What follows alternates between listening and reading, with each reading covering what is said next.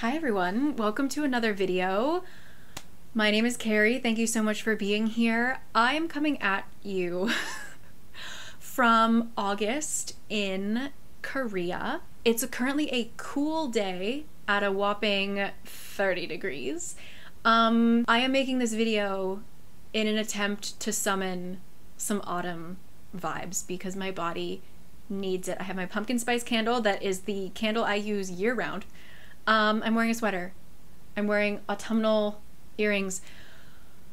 We're pulling out all the stops. You read the title. You know what this video is about. Autumn books. This is not my TBR. These are books that I have already read and I have checked them off as being good autumn reads. But I wanted to challenge myself because I've made this video. I've been on BookTube now for like 4 years. I've made this video like, let's say 3 times. I tend to go back to my tried and true. There are just a couple books that are just, ooh, so autumn themed. So if you want to know what some of my all-time favorites, the ones that have stuck with me for years, those autumn reads, you can watch any of my previous ones.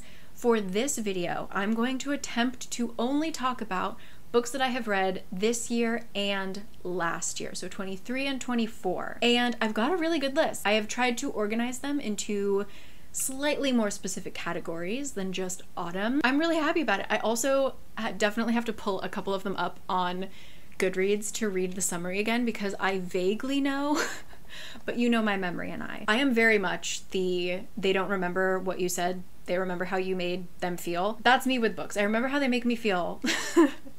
And I'm gonna need a little bit help remembering what they said. So, shall we dive right in before I start sweating in my sweater, even though I have the air conditioning on? Category is, oh, this is exciting.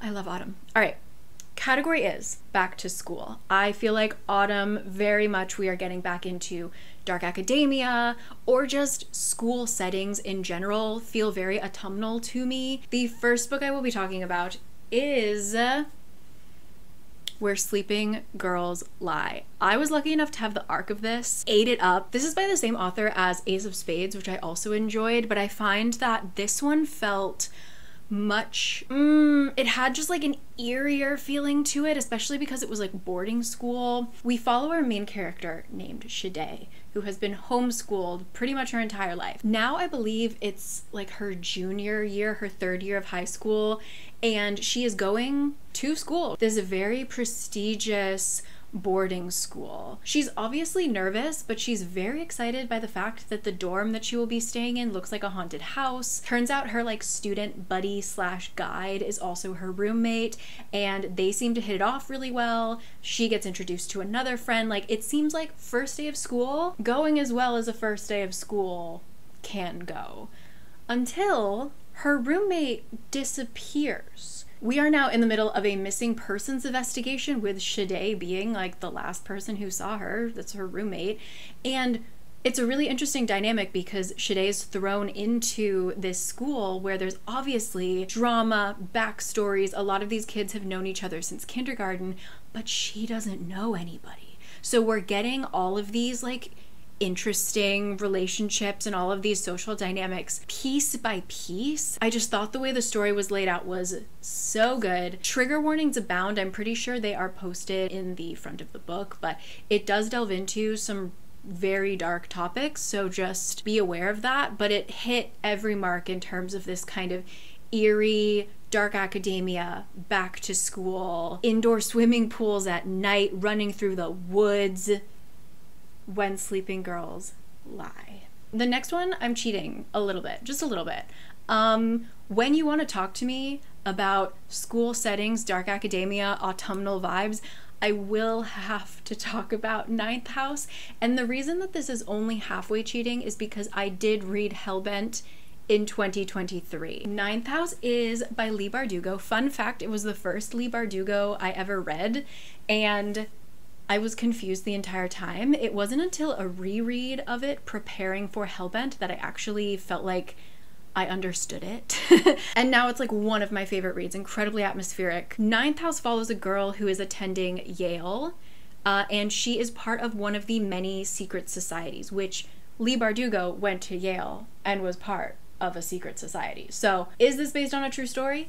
Who knows? But without giving too much away, there are ghosts, there are demons, we are doing summoning circles. Her mentor, I guess, like the student that is slightly older than her, who's supposed to kind of welcome her into the society, may or may not be missing, may or may not be dead. Like, we don't know. That's the thing that screwed me up with Ninth House, is that it's not written chronologically, and it's sort of, you're sort of brought in the middle of the action, and then you have to kind of backtrack, but you're also, so like I said, it took me the first read, I read it and I was sort of like, not sure.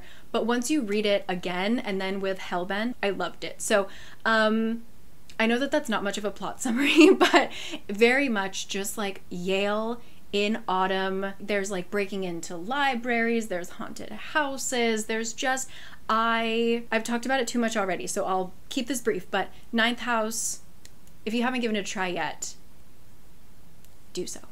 After that, this one's a little bit of a stretch. This isn't necessarily autumnal, but it is starting a new school, academic, and then I just find that dragons equals autumn for me. I don't know why. They're definitely like an autumn mythical creature. I feel like maybe that's another video where I can make a whole chart of like where I see when mythical creatures should be talked about.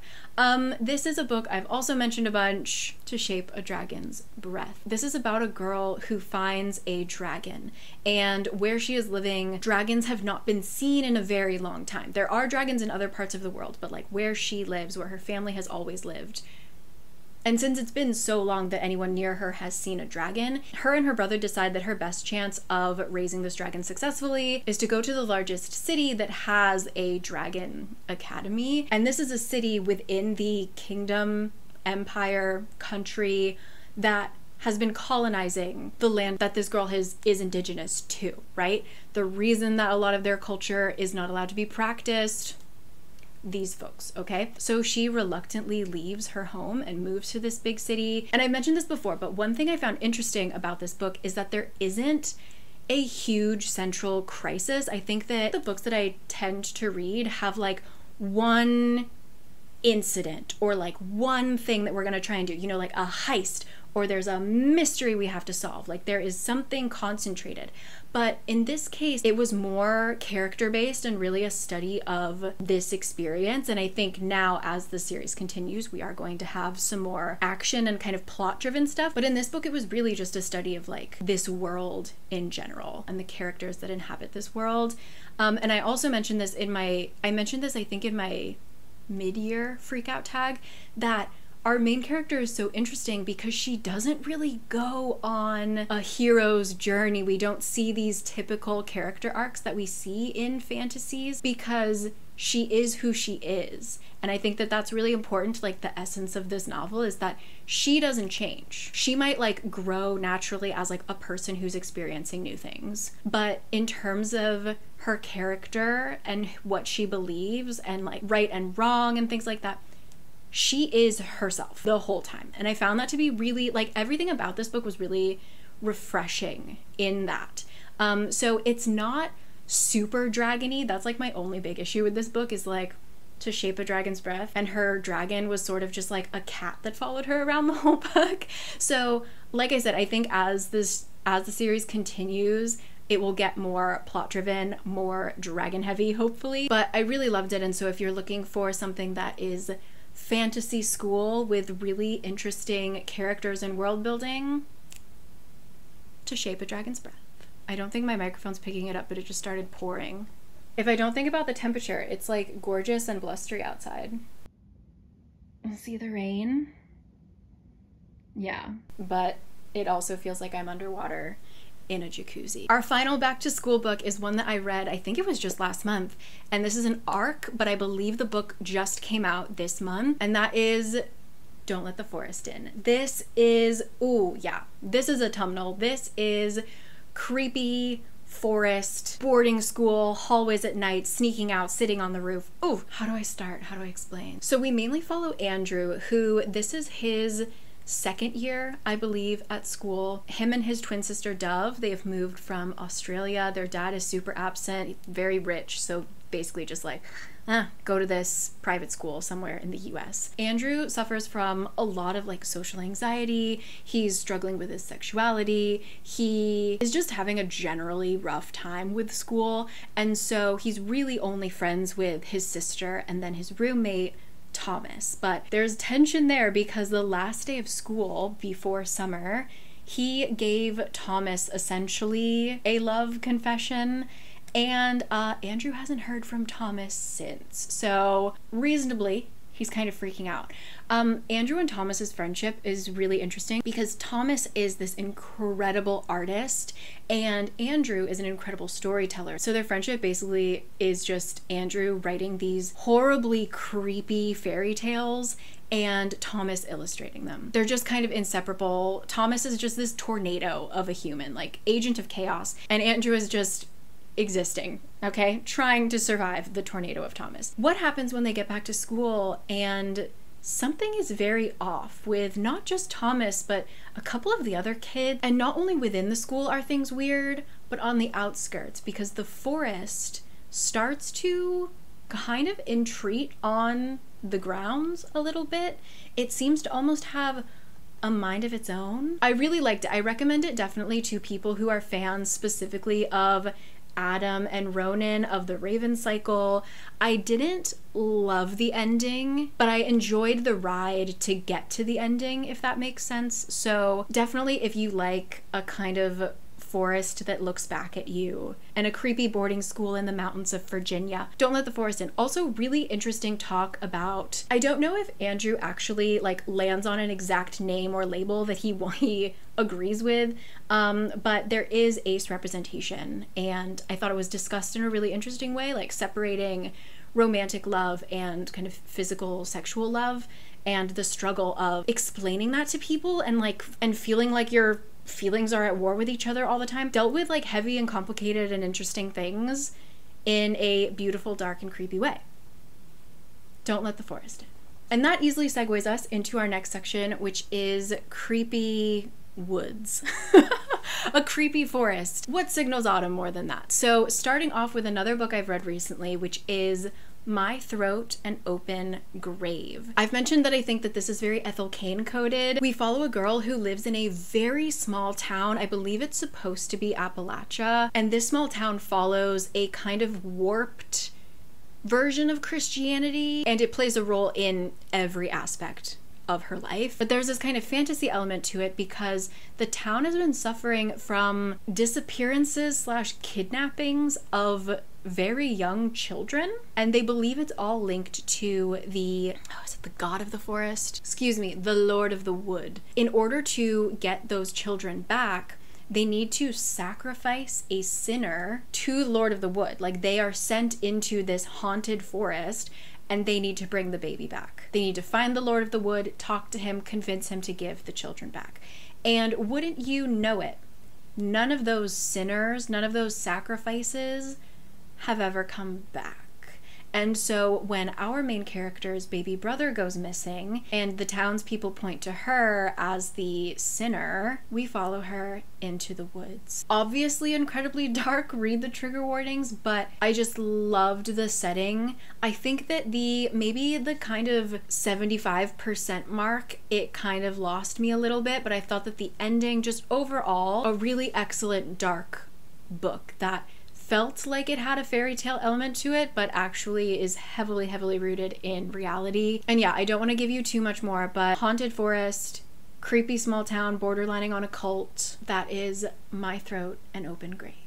And if you love a sentient forest like I do, I want to recommend our next book, which is Your Blood, My Bones. This is by one of my new favorite authors of the year, and we follow our main girl who is returning back to her childhood home only to burn it to the ground. We don't really know what happened, but we know that she has not been back to her childhood home. She left one summer, never came back, until today, where she's got a book of matches and she's ready to just let it go. But good for her. She kind of searches the house inside before she plans to destroy it when she hears a noise coming from the basement.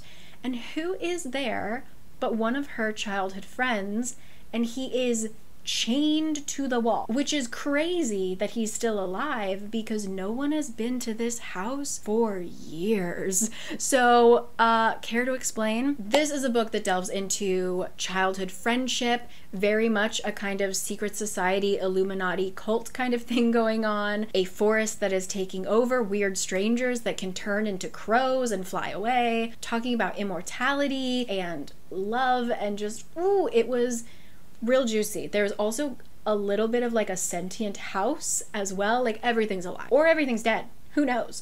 My only complaint about this book is it's written as a standalone, but technically once you get to maybe the last quarter, it calls upon characters that were in her first book, which is A Whispering Dark, which I also recommend. That one is also very autumnal, takes place in Boston, magical school, dealing with crossing the veil between life and death.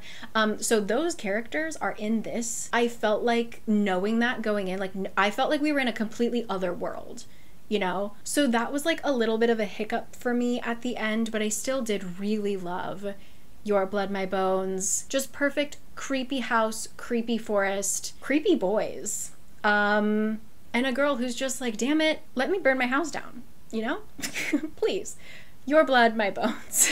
I'm gonna try and be real quick with this one because technically I think I mentioned it in last year's autumn video and I bring it up every time I can. Last Tale of the Flower Bride. Yes, this, although technically not autumnal, I feel like because there's so much imagery in this of like rotting nature, I just always link this to autumn. This book is told both in present day and in flashbacks, where in present day we follow a man who is falling in love with, or I believe is married, his wife. This very mysterious woman, and she has to go back to her childhood home. Then we get many flashbacks to her childhood where she is raised in this just absolutely insane manner. She befriends this girl at school and they decide that they are fae children. They are changelings. It's only a matter of time before their fae parents come and bring them back into the fae realm and they will be queens of the fae, right? So they live their lives in this very just decadent way. Like they'll only drink milk and honey and they bathe in the moonlight and things like that. So it's just very like a modern day fairy tale, but also like any fairy tale, it also has that rotting layer to it. Like everything looks beautiful on the surface, but then there's just so much darkness and just dirt and grime and blood and murder, death, decay. I don't want to go too far into it, but it was just a truly decadent book. I will recommend it till the end of time. The Last Tale of the Flower Bride. And last with our creepy forest category is one that's borderline. This is a little more summery, and this isn't my favorite work by the author, but I felt like it was just a really great palette cleanser, and also I'll try to find a picture of it, but spoiler, it's Holly Black. Holly Black always has these really wonderful illustrations for all of her chapters, and it was just so, I remember reading it. I was at this window seat in a cafe, so good. And this is The Darkest Part of the Forest. Again, not a fave of hers, but just really good to kind of pass the time if you're looking for something. We are in just like modern day small town. I'm pretty sure it's New Jersey because she always writes about New Jersey. The only thing interesting about this town is that they have a fairy prince sleeping in their woods, Snow White style, in a crystal casket. And tourists come all the time to try and wake him up. The local kids, that's where they go to have their like parties or whatever in the woods. He's just a man around town, the sleeping fae prince. And we follow two siblings who are kind of obsessed with him. Like he's just this mystery that they can't get out of their heads, and they sort of love him and idolize him as you would like this kind of town mystery, this beautiful sleeping prince, right? But one day he goes missing. The casket, the unbreakable casket, by the way, believe me, people have tried. It's empty. And what do? So we kind of follow this story of these siblings, this very grumpy fae prince, and it just had kind of like these weird back to school vibes, but also like relatively small town / suburban America, but also a fae prince creeping out of the woods. I don't know what it was. I just remember it scratching an itch that I needed it to scratch. I don't remember it changing my life, but it's just one of those things. Holly Black, she writes a good fairy tale. And that is The Darkest Part of the Forest.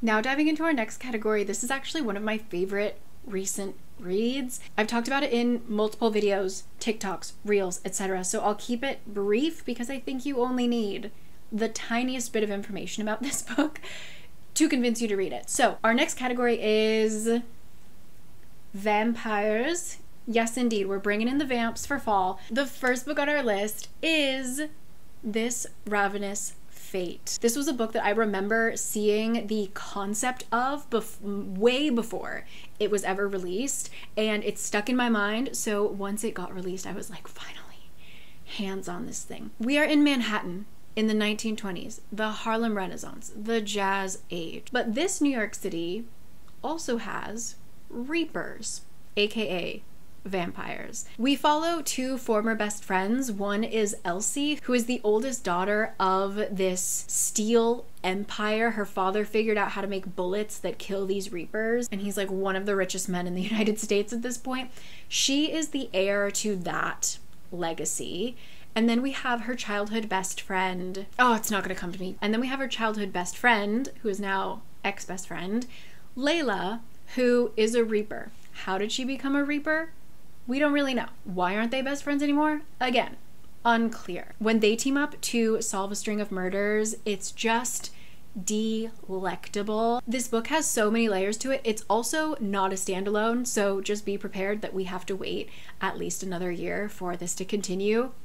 Fair warning. It talks a lot about like political intrigue and shady business matters and things like that, and how, you know, in the 20s, New York was heavily influenced by gangs, and how the government secretly worked with them, but also like villainized them and all of these things. So that in itself was really interesting. We're also dealing with, our main characters are two young black women in the 1920s, but Elsie's family has a lot of money, and she's living in this like Upper East Side compound basically. So there's also a talk of not only racism, but talking about classism, and it's a sapphic romance, and there's everybody's wearing like sequined outfits.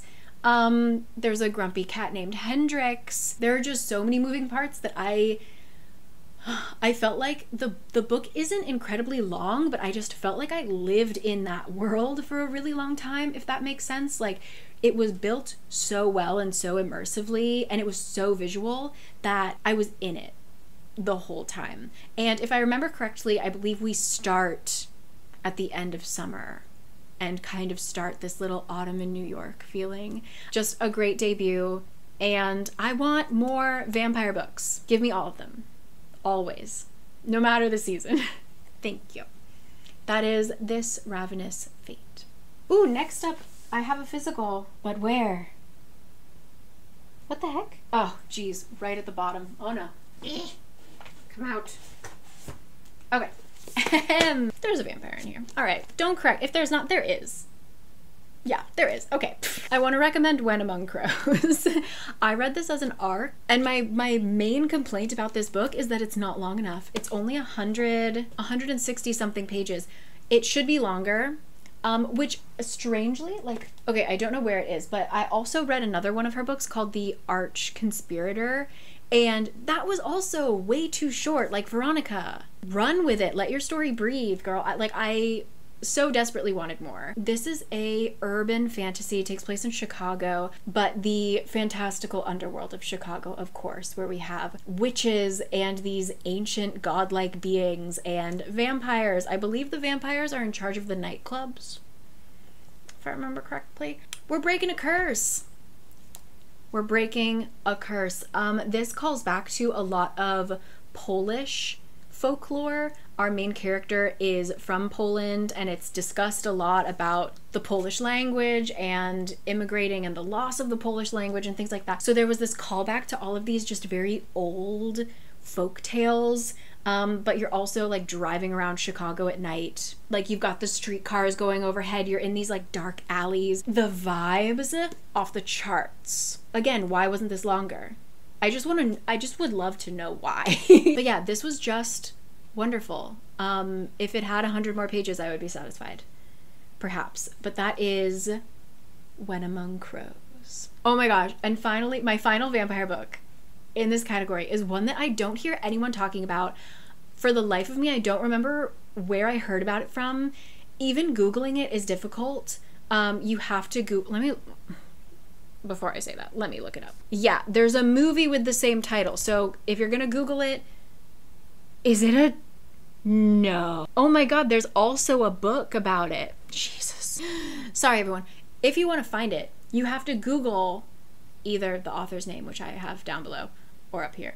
But you have to Google Heart of Stone vampire book, okay? Because there are other books called Heart of Stone. Guys, this is like cozy. I think it takes place in the 1700s. It's a story about a vampire and his secretary falling in love. It's 1764. It says, the year is 1764, and following a glowing recommendation from his last employer, Henry Coffey, vampire, takes on a new personal secretary, young Theophilus Essex. It's a period romance, and it was just cute. I think it was like plot but it was one of those that's just so atmospheric. The romance is just so funny because we have like the secretary is very, you know, prim and proper, and we're gonna get these things done the way that I need to, and then the vampire is a little bit like, but don't you want to like chat, want to hang out sometime?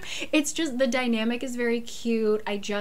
It was very unique, and I enjoyed the setting so much, and the romance was adorable. Heart of Stone, just a great time. If you really do love vampire stories, this was just adorable. So once again, that author and everything, all the information will be down below.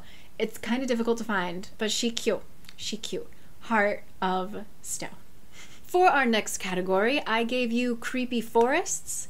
Now we are going to have creepy/sentient houses. There's nothing I love more than a sentient house story. I don't know what it is, but I love it. I would love more. If you have any great sentient house stories, leave them down below. I don't care if it's like demonic possession. I don't care if it's like a cozy happy house. I will read them all. All right, thank you. So starting off with House of Roots and Ruin. This I do not believe is a sentient house, but this is a creepy ass house. This is by the same author as House of Salt and Sorrow. I only read it once and it is due for a reread. I think I would like it more now, just because of like my taste changing perhaps. You don't technically need to read House of Salt and Sorrow to read House of Roots and Ruin. They're very separate, but you do get a callback to some of the characters. Like the main couple in Salt and Sorrow, you know their ending. But in terms of like understanding the world, you don't need, it's fine. You're good. You can just dive right in. House of Roots and Ruin follows one of the sisters from, like I said, the original book. There were like 12 of them. Follows one of the youngest sisters who is living with one of her older sisters in this manor by the sea. And she's kind of like, I want to go see the world. I want to get out of this house. And the perfect excuse comes when she receives a letter requesting her presence. This is where I was doing so well. And then I lost the plot. House. Okay. Oh, okay, it came back. So this sister is particularly good at art. She is a painter, and she receives a letter requesting that she come visit this other manor to paint a portrait of the family, or of the son in particular. And so she is like, get me out of this house. Like, yes, I cannot be on this carriage fast enough. When she gets there, it is a creepy house. It's actually like a gorgeous house, but the owner is a botanist, and so there's just like greenhouses, weird plants growing everywhere, very gothic feeling. She ends up like needing to hang out with the son a lot so that she can capture his essence in a portrait instead of just like painting him randomly, you know? So they end up spending time together, forming a really cute relationship. And then things just start getting weird. We start to unravel some weird family secrets. She starts to see things out her window at night. You know, very gothic, creepy, plants growing everywhere. Like, it was just really good. The ending. I've heard rumors, this has never been confirmed, but I think somebody commented it, that her editor suggested that she change the ending a bit, and whoever that editor is, it's on site. Like, what? So this is meant to be kind of like House of Salt and Sorrow, a standalone within a continued world. If we don't continue this story, I'm unwell.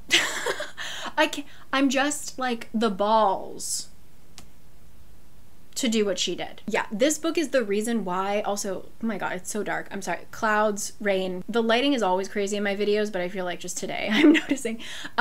This is the book that convinced me that I need to go back and read House of Salt and Sorrow, because I was like, she wrote this?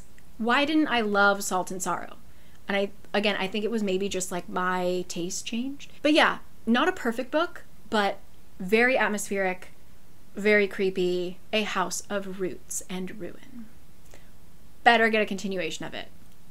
I'm actually going to check that right now. Allegedly, the next one's coming out in 2026, but it's following another sister. What? Okay, I'm getting distracted. Sorry, focus. Next, Sentient House. I think this was my first, this was my first book of the year, actually. And that is Starling House, and my battery's dying. See you in a sec. Starling House by Alix Harrow.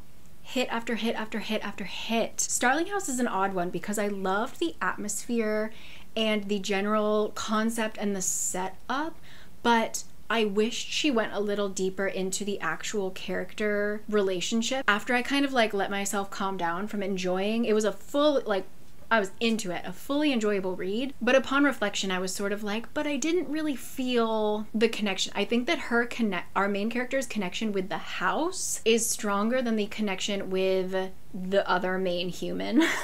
So 5 stars for Sentient House points. Wish there was a little more of that love and care to the human relationship. We are in a small town in Kentucky that used to be a big coal town, but since the loss of that industry and everything, it's just been this kind of rundown town where dreams kind of go to die, is what it seems like. But there is this one house in particular that is always boarded up and you only very rarely see anyone come in or out, called the Starling House.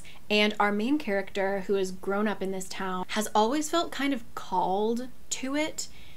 Even when she knows that there shouldn't be anybody in the house, she always sees like a light come on and start flickering. Like, she just feels like the house or whoever's in it is trying to communicate with her. And one day she just can't take it anymore. She opens up the gate and goes in. She ends up convincing the one person living in the house that she is a great fixer-upper and like house cleaner. So she ends up coming back to the house often. And we start to unravel the mystery of this house. And like I said, it had a really wonderful concept, very gothic, could also maybe be put in the creepy forest category, unraveling the secret of the town itself. This kind of like eerie fantasy feeling, but then taking place in like small town Kentucky. Great vibes. For me, it was a little bit just a little bit of a miss in terms of strong characters, but I think if you're more okay with like a more ambiguous kind of love, if that makes sense, this will do it for you. I just loved the house feeling. That's the Starling House. Another creepy house story, and this one has one of my other favorite elements, which is a piece of media within a piece of media. And that is When Ghosts Call Us Home. We are following our main girl, whose name is, I'm cheating, whose name is Sophia. And she is strangely famous because of her older sister, Layla, who made this kind of just like a home film, home movie, low budge, horror movie, while they were staying in this one house. Their parents are architects, so they're constantly moving to different places to fix them up or whatever. So over this one summer, they were living in this creepy manor house on a cliff, and Layla was like, perfect setting. Haunted house, let's go. The movie became this kind of cult classic, almost has a religious following to it. And even though Sophia has tried to distance herself from it in the following decade or so, after, because they were like 14 and 12 or something, like they were little kids that made this horrifying film, right? Sophia doesn't want to be known as like the girl who starred in the horror movie, so she really tries to distance herself from it until one day her sister goes missing. And so when a documentary filmmaker approaches Sophia and is like, hey, I got the rights to go back to that house and I want to make a documentary about Layla and about the film, Sophia sees this as an opportunity to return to kind of the scene of the crime and hopefully try and find her sister. It is creepy as hell. I just love reading about fake lore. Like, I love reading about lore in general, but like the lore of this fake film was just so good. It had little takeaways from like message boards and things like that of people trying to piece together the symbolism and all this stuff. It was just really creepy and fun to read. Definitely just eerie from beginning to end. Yeah, I can't, that's all. It's just like a creepy house, may or may not be haunted, on a cliff, missing sister. The documentary filmmaker's grand idea for this documentary is to force Sophia to refilm all of the horror film scenes. So then we also have like, is that special effects, or am I seeing things, or is that you know? The line between reality and special effects is very blurred. It's just great. That is When Ghosts Call Us Home. And last but not least, this is not a sentient house, but it takes place in a house, and I just think this was just a perfect like cheesy slasher film. So in terms of like my general enjoyment, would I choose to read many books like this? No, but especially around Halloween, if you are looking for a classic, just like teenage slasher film for the holidays, this checks all of those boxes. There's no way I'd die first. Again, not super my cup of tea, not normally what I would go for, but a good time for what it was. We're following our main girl, who is a high school student obsessed with horror movies, specifically horror films by Black directors. She has like a podcast, a big social media following, and she's also wealthy as hell. So she lives in this like big bougie house, right? So for Halloween, she decides to have this kind of movie party, scary movie party, where she invites all of the cool people. She wants everybody to like live stream, blah blah blah, to just kind of boost her social media following, because she wants to use her project, that she like her social media project, to help her get into film school, right, is what she's trying to do. So there's a lot of that kind of talk within the book of like, oh my god, how many followers did I gain, and that kind of, so again, not super my cup of tea, but it's felt correct in this book. What happens when the horror movie party turns into a horror movie itself, where all of a sudden people just start getting killed in the house. Then it starts to turn into like, which of us is the murderer? Is this a nightmare kind of thing? Very like cheesy slasher film. Like, don't expect anything else from this, but it delivered exactly what it said it was going to. And it read very much like a movie. Like, it almost felt like I was reading more of a screenplay, but I read it, I believe, during like spring, and I just remember reading it thinking I should be reading this in October. So there you go.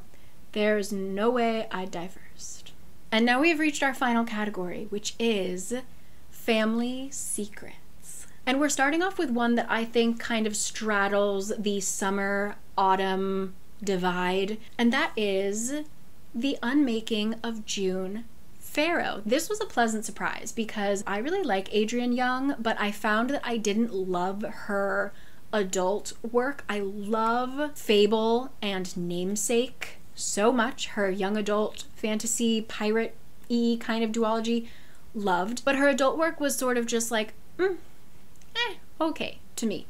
The Unmaking of June Farrow, however, was excellent. I don't want to say too much, but it deals with time travel, it deals with family secrets, and it deals with a kind of descent into madness, perhaps. It seems like for generations, her family, all the women in her family tend to go kind of mad, I suppose, and so June is just sort of waiting for that to happen to her. And June can already feel that this is happening because she oftentimes hears or sees things that aren't there. Like she'll hear a phone ringing where there has never been a phone, or she'll see a candle flickering in a house that she knows nobody lives in, kind of thing. So she knows like it's inevitable. She is descending into the kind of family illness, I suppose. But when her grandma dies and she is given a letter, a little clue about her past, things start to unravel rather quickly, and it is just unexpectedly sad.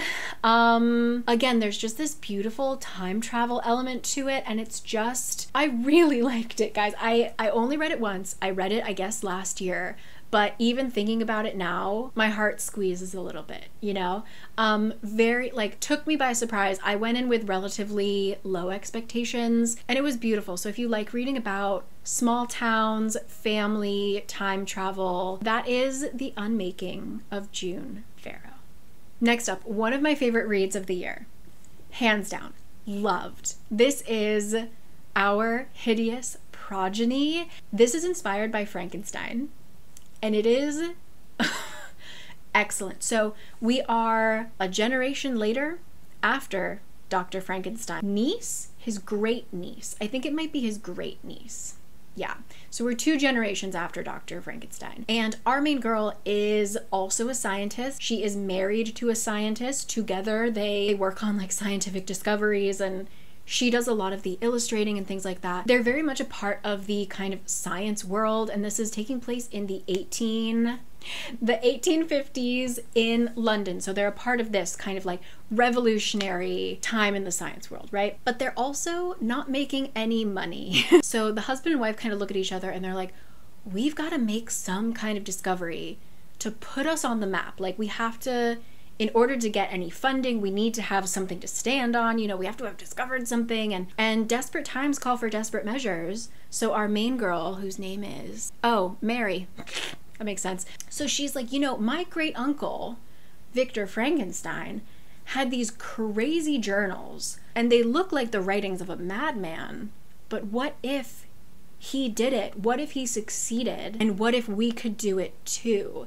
And so they head up to the Highlands of Scotland, where the family has some home that they can do experiments without being watched too closely, and they try to make a new life. It was just really beautiful. At its core, it's a love story. There's queer representation in the 1850s. It was just, again, so atmospheric. So if you tend to, like in autumn time, feel like reading Frankenstein, perhaps give Our Hideous Progeny a look as well, because it did capture that feeling, but with a bit more levity, I suppose. Like, what if Frankenstein loved his monster, you know? Our Hideous Progeny, women in STEM. We're getting a typhoon. So it's rolling in.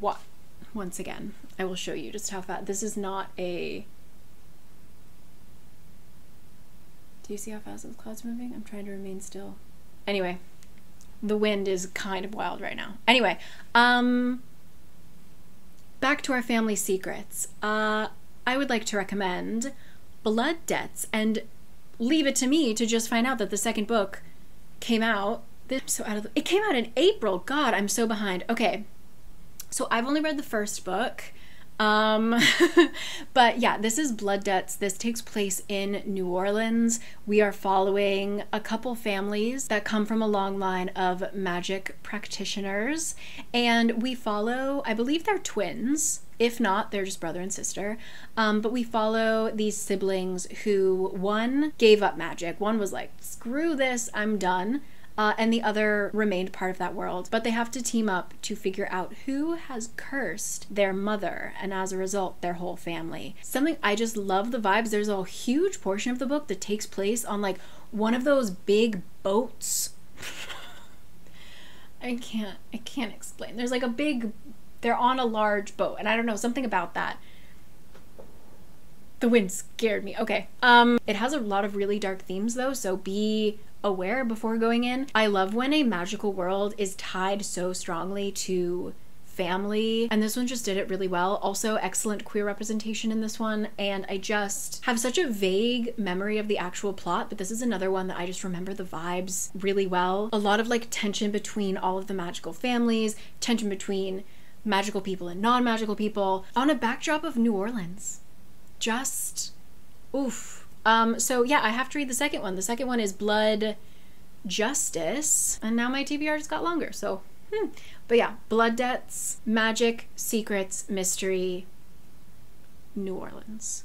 And last but not least, for our family secrets, this one's a little bit of a stretch, but go with me. This is The Invocations. This is by the same author as House of Hollow, which I also recommend, but I felt like I liked The Invocations more. This author does something that I think Holly Black does well also, is telling a kind of fairy tale, or in this case more witches, but using that kind of magical fantasy imagery in such a gross way. This isn't about like pretty sparkly magic. This is about like rotting, decaying, dirty magic. Okay, there's a lot of blood, there's a lot of oozing in this one. We end up following 3 girls who, at the end of the day, team up to find a serial killer in London. The way that they come together, I think, is so interesting. I find that when there's kind of an ensemble cast, like multiple main characters, one of them tends to be stronger than the other, but I felt like this was so perfectly balanced. I was so interested in each of their stories, and then I loved them together. We are following a witch, I think, is she called a witch? A girl who is capable of magic, who writes curses specifically for women in need, usually like domestic violence situations, things like that. She uses her magic specifically to protect women. We have one girl who is trying to dip her toe in necromancy, which we know is never a good thing, and she's kind of run out of options, so she approaches our magical girl hoping that she could lend a helping hand. And then our final girl tried to use magic herself, cursed herself horribly, and would like some help because her leg for the entire book is like dead, rotting, oozing flesh. She is stanky. The whole book, it always talks about how much she stinks. Anyway, so they have their own problems to deal with, but then they also have this serial killer who seems to be targeting women who use magic, specifically people who have used these curses to try and help themselves out of dangerous situations, right? So it's very dark, but it's also funny. I can't say too much more that it was just a great time. Like, it balanced a very serious subject matter with these just like stupid funny teenage girls. Highly recommend Invocations, Witches, Female Rage. London, I think technically in summer, but you know what is summer in England? All right, no offense, I mean that as a compliment. Invocations. And then last but not least, incredibly quickly, this is just my miscellaneous, please read them. My final plea for you. I don't know how many times I need to say these books. First of all, I started to write down a couple different books by T. Kingfisher, but then I realized just anything by T. Kingfisher works. Recently read A Sorceress Comes to Call, which is a retelling of The Goose Girl. I believe that's a Grimm Brothers fairy tale. Creepy, sort of like almost had an Agatha Christie feel to it at moments. Toxic mother, evil witch, evil horse. Lots of weird things going on. Also, Thornhedge is a very quick, very short retelling of Sleeping Beauty, but from the perspective of the person guarding the tower. Cute, hilarious, romance, gorge, loved. But also if you want horror, there's The Twisted Ones, which is like fixing up an old house, which I love reading about. That, like taking out the trash, boxing things up. Love books about moving out of a house. But there's also a haunted forest and a dog that is a main character. Anything by T. Kingfisher. What Moves the Dead, everything. Autumn Coated. Did you hear my wrist crack? Anything by T. Kingfisher. Read it. I don't know how many times I have to say that. And then finally, September, October, November. What is it if not baseball season? So I will leave you with my final recommendation, which might seem a little different than my others, which is You Should Be So Lucky by Cat Sebastian. This is a romance that takes place in New York in the 1960s. It revolves around a baseball player who is in a slump and the journalist who is tasked with helping him write a weekly article to kind of get his confidence and get his fan base back because everybody hates this guy. It turns into a sweet little romance. It's wonderful, but it's also like historically accurate. What does it mean to not only be gay in New York in the 1960s, but to be a celebrity in the limelight, being a professional Major League Baseball player and being gay in Manhattan in the 1960s? Read everything by Cat Sebastian as well. Okay, T. Kingfisher and Cat Sebastian are my like no questions asked, gimme, gimme, gimme, eating everything up by them authors. So yeah, give yourself, if you're a baseball fan, 'tis the season, is it not? Right? So that's my list, my very long list. We have seen every kind of weather as I filmed this. I have lost my voice a bit in the process. My room smells of pumpkin spice. I wish I could share it with you. Yeah, leave me your recommendations. You do not have any time constraints on your recommendations. If you read it years ago, if you haven't read it and you're just looking forward to it, let me know. But I cannot wait. I cannot wait for autumn. I'm melting here. I'm not having a good time. The summer vibes in Korea. I've never been a fan. I never will be a fan. So give me your recommendations. Help me feel like I'm in autumn already. And I hope you're doing well. This was very fun for me to make. And I'll catch you guys next time. Just a warning. I will actually be in Slovenia for almost 2 weeks next month. So I might drop off the face of the earth, drop off the face of YouTube for a couple weeks. But if you want to follow me, you can always follow me on Instagram. I'm always updating there. And yeah, then by the time I come back to Korea, hopefully autumn will have started and we will rejoice. So I will catch you guys then, but thank you as always. And let me know what you're reading.